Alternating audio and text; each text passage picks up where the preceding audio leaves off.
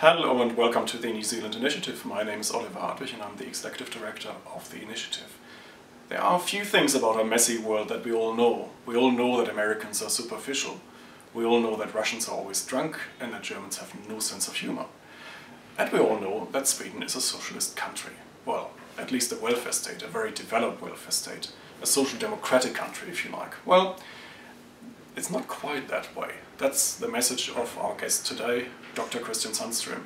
Christian is a researcher at the Ratio Institute in Stockholm, and his message is very clear, that everything we know about Sweden is wrong, and Sweden is much more free market than it commonly gets credit for. So, welcome Christian. Thank you, Oliver. Great to be here.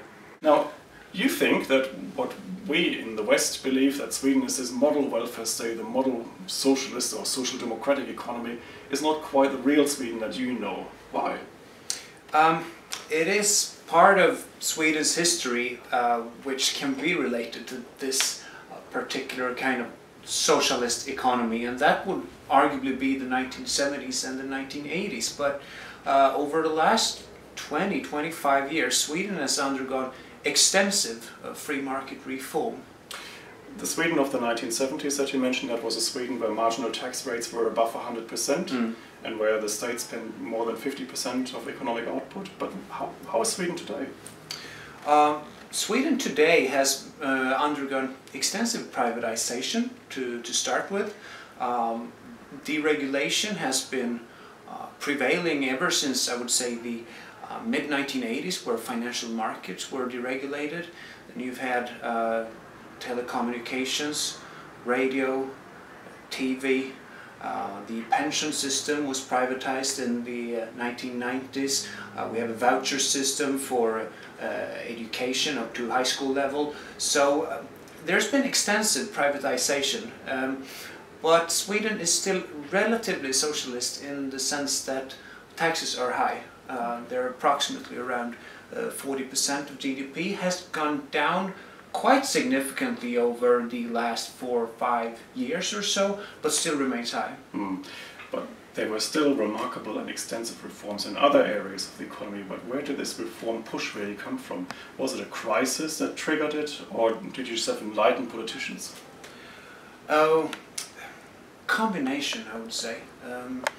There was a deep crisis in the early 1990s where there was a global recession to start with, and secondly, Sweden had pursued this inflationary policy of devaluating the currency over the last 15 years or so in order to boost industry. But in the end that reached a dead end, combined with that you had a real estate bubble which burst. So Sweden had negative growth in 3 years in a row in the early 1990s, and that triggered reform. It pushed politicians so that ever since, regardless if there have been conservative or social democratic politicians in power, they've all essentially walked in the same direction, which is towards free market policies.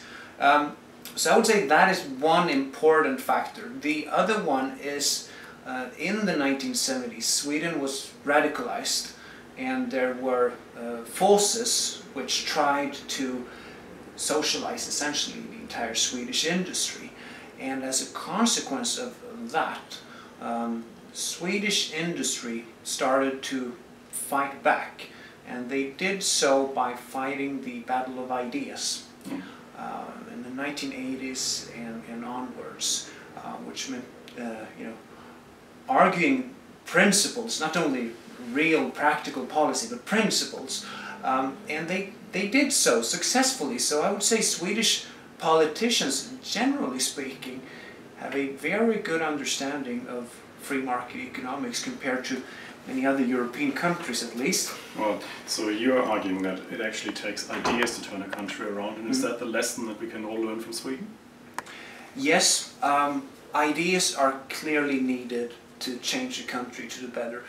If you combine that with changes in the macroeconomic environment, then you can open up opportunities for great reform. And I think it is the same for the United Kingdom in the 1970s, that you had decline combined with the change in ideas. You had the same in the United States in the 1970s. It took a little longer time for it to come to Sweden, as we're far away from the rest of the world. Okay, I think we have a lot to learn from you. So thank you very much for joining the initiative, and if you're interested in what Christian has to say, there will be a video of his whole talk on the website later today, and we look forward to seeing you at future events. Thank you, Christian, for joining us. Thank you, Oliver. Great to be here.